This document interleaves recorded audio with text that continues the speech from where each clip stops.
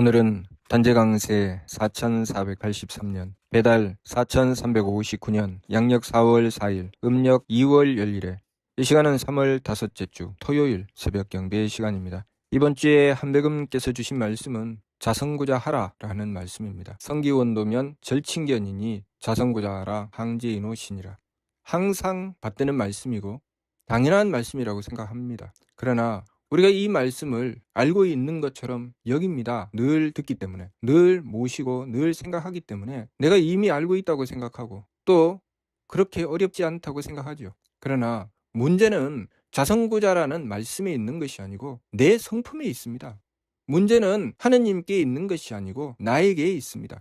우리가 문제를 나에게 돌리면 그것 때문에 혼란에 빠집니다. 똑같은 것을 수없이 반복하면 우리는 그것을 지겨워합니다. 왜 이렇게 지겹게 하느냐고 하는데 그 원인이 나에게 있다는 것을 깨닫지 못합니다. 선생님이 학생을 가르치실 때 그 학생에게 똑같은 문제를 계속 풀게 하십니다. 그럴 때가 있죠. 그 학생은 너무나도 지겨워하죠. 왜 자꾸 똑같은 것을 가지고 이야기하세요? 왜 똑같은 말씀을 하세요? 뭐 다른 거 없습니까?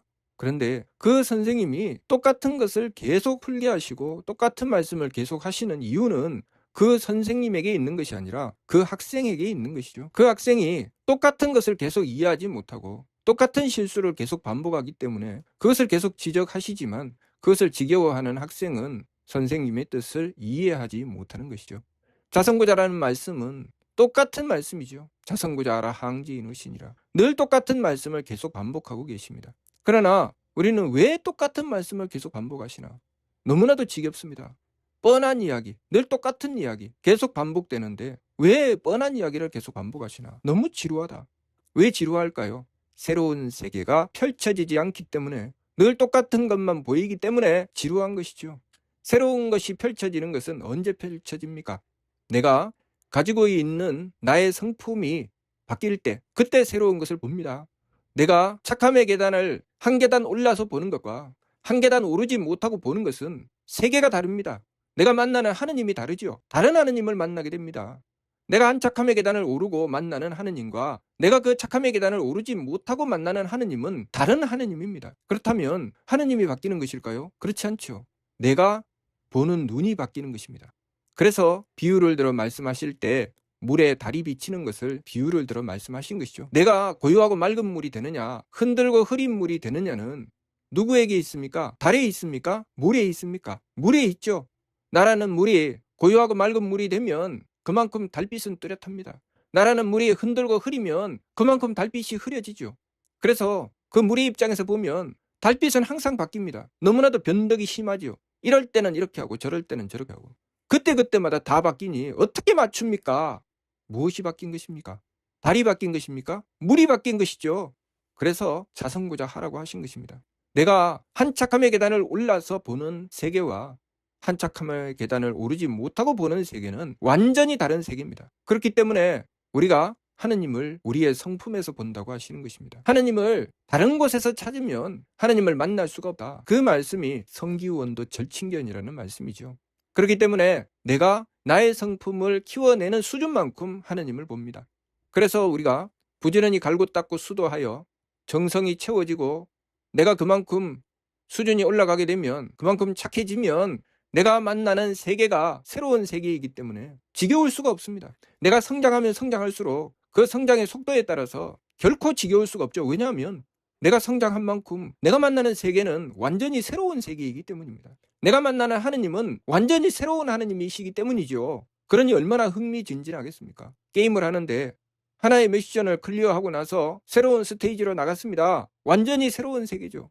또 그 미션을 클리어하고 나면 또 새로운 스테이지로 나갑니다. 얼마나 흥미진진합니까? 그런데 실력이 없으면 무슨 짓을 하느냐? 어느 정도 하다가 죽습니다. 그러면 똑같은 짓을 반복하죠. 그래서 처음부터 다시 시작하다가 또 실력이 안 되면 또 죽죠. 그럼 또 죽었다가 새로 시작하고 재미가 없죠. 똑같은 과정이 끊임없이 반복되기 때문에 재미가 하나도 없습니다. 새로운 세계 없죠. 왜? 새로운 스테이지로 나가보지 않았기 때문에, 나갈 만한 실력이 되지 않기 때문에. 게임이 재미가 없는 것입니까? 내가 실력이 없는 것이죠. 우리가 자성구자 하라는 말씀 받들고 자세하게 들여다보아야 됩니다. 제대로 따져보아야 되죠. 왜 하나님께서는 하나님이 우리에게 다가오시지 않고 우리에게 하나님께 다가가라고 하시는가? 왜 우리에게 우리의 성품에서 찾으라고 하시는가? 왜 우리는 하나님을 모시고자 하면서 하나님을 모시라고만 하면 지겨워서 고개를 흔드는가? 왜 하나님께 정성 들이라고 하면 왜 고개를 내저으며 항상 똑같은 짓을 반복시킨다고 하는가? 왜 그럴까? 우리가 똑바로 깨우쳐야 되지요. 미루 말씀을 통해서 제일 먼저 해야 될 일은 선도 용납지 정식, 새 법을 임서행해서 먼저 욕심물결에 고요히 가라앉음을 도모하라고 하셨습니다. 그리고 확립 1의 한 뜻을 확실히 세워 자득강문조할게 스스로 깨닫는 문이 넓게 열림을 얻으라 라고 하셨죠. 새로운 차원으로 계속 나아가라는 말씀이죠. 새로운 차원으로 나가기 위해서 필요한 것은 무엇입니까? 추진력이죠. 그 추진력은 어디서 얻습니까? 정성 들이는 데서 얻는 것이죠. 새 법을 힘써 행하고 정성 들이는 것. 우리가 새 법을 힘써 행하고 정성을 들이면 우리에게 굳건한 힘이 생기는데 그것이 무엇이냐면 믿음입니다. 정성을 들이면 믿음이 강해지죠. 정성을 들여서 믿음이 강해지면 그 믿음의 힘으로 다가오는 환경을 똑바로 보게 됩니다. 내가 착함의 계단을 한 계단 더 오르며 새로운 세계를 봅니다. 새로운 세계를 보면 내가 행동하는 것도 다르죠. 내가 새로운 세계에서 움직이는 것과 새로운 세계를 보지 못하고 항상 지겨운 그 세계에서 움직이는 것은 완전 다르죠. 차원이 바뀝니다. 그래서 새로운 차원으로 나가서 행하여 나가게 되면 나의 행동도 다른 행동을 하게 되는 것입니다. 그렇기 때문에 정성을 들여서 그 정성이 이어지게 되면 그 정성이 더욱더 깊어지게 되는 것입니다. 내가 하나의 미션을 클리어하고 나면 새로운 스테이지로 나가게 되고 그 새로운 스테이지에서 주저하고 망설이겠습니까? 더욱더 힘써서 그 미션을 클리어하고 나면 또 새로운 스테이지로 나갑니다. 그러니 하면 할수록 정성이 깊어지는 것이 당연한 것인데 내가 정성을 들였다고 하면서 그 결과에 대해서 항상 지겹게 생각하고 항상 맨날 그 모양 그 꼴이고 늘 되는 것도 없고 누구 탓입니까? 우리는 이 문제를 가지고 하느님을 원망합니다. 세상을 탓하죠. 도무지 내가 지금 하나님을 믿고 하는 일이 되기는 되는 거야. 뭐가 돼? 항상 똑같은데. 뭐가 이루어진다는 거야? 안 되는데 내가 미션을 클리어하지 못하고 그 자리에서 계속 반복하게 되면 지겨울 수밖에 없습니다. 이루어지는 것이 없죠, 당연히. 그래서 과거에 그것을 이루어내신 분들의 말씀을 의심하기 시작합니다. 혹시 그냥 꾸며내서 한 말은 아닌가? 아니면 그분들은 뭔가 도움을 받으셨겠지. 누군가가 도우셨겠지. 나는 아무도 안 도와서 나는 못하는데 그분들은 누군가 돕는 사람이 있었겠지. 돕는 신이 있었겠지. 나는 그런 것이 없어서 나는 안 되는데 그분들과 나는 달라. 뭐가 다릅니까? 인물 동수 삼진이라고 하셨는데 똑같이 주셨다고 하셨습니다. 똑같이 주셨는데 누구는 새로운 세계를 보고 누구는 보지 못한다면 그것이 누구 탓입니까? 주어진 미션을 얼마나 클리어해내느냐. 다시 말해서 내가 얼만큼 더 착해지느냐. 내가 얼만큼 더 성품을 키워내느냐. 내가 얼마만큼 더 하나님의 뜻을 깨우쳐 나가느냐. 그것에 따라서 우리가 바라보는 세계가 새로운 세계가 펼쳐져 나가게 됩니다.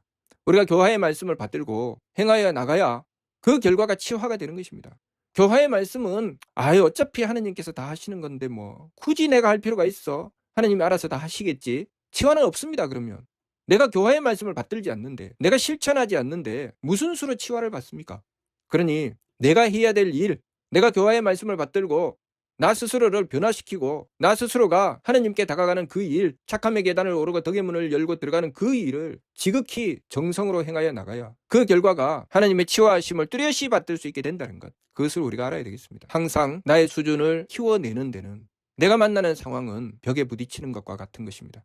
나의 수준을 키워내기 전에는 내가 만나는 것은 벽이죠. 차원이 바뀌는 과정에서 새로운 차원으로 나가는 과정은 그 아래 차원에서는 벽이고 그 차원을 높이고 나면 그것은 새로운 세계의 문입니다.